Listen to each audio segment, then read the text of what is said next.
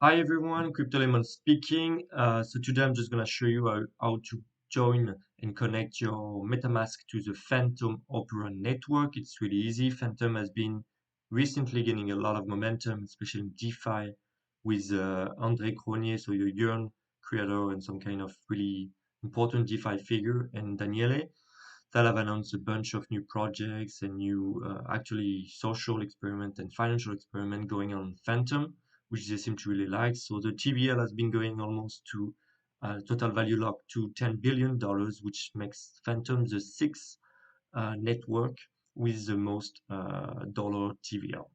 So let's get to it. It's quite easy. You go to your MetaMask account. You go here to the account, settings, you scroll down to network. So it changed a bit because when I'm gonna click, it used to be inside this little widget. Now it makes like a new page, a new browsing page pop up. So you need to fill it that way. So I already pre-filled it. I will put all these links in the description. Um, Once you fill this, you just have to save and you will be connected. Your wallet will have the option to connect to the Fantom network. So let's do it. Fantom, here I am. It's been added to the different networks, and you can start trading using the, of course, native cryptocurrency called FTM Phantom.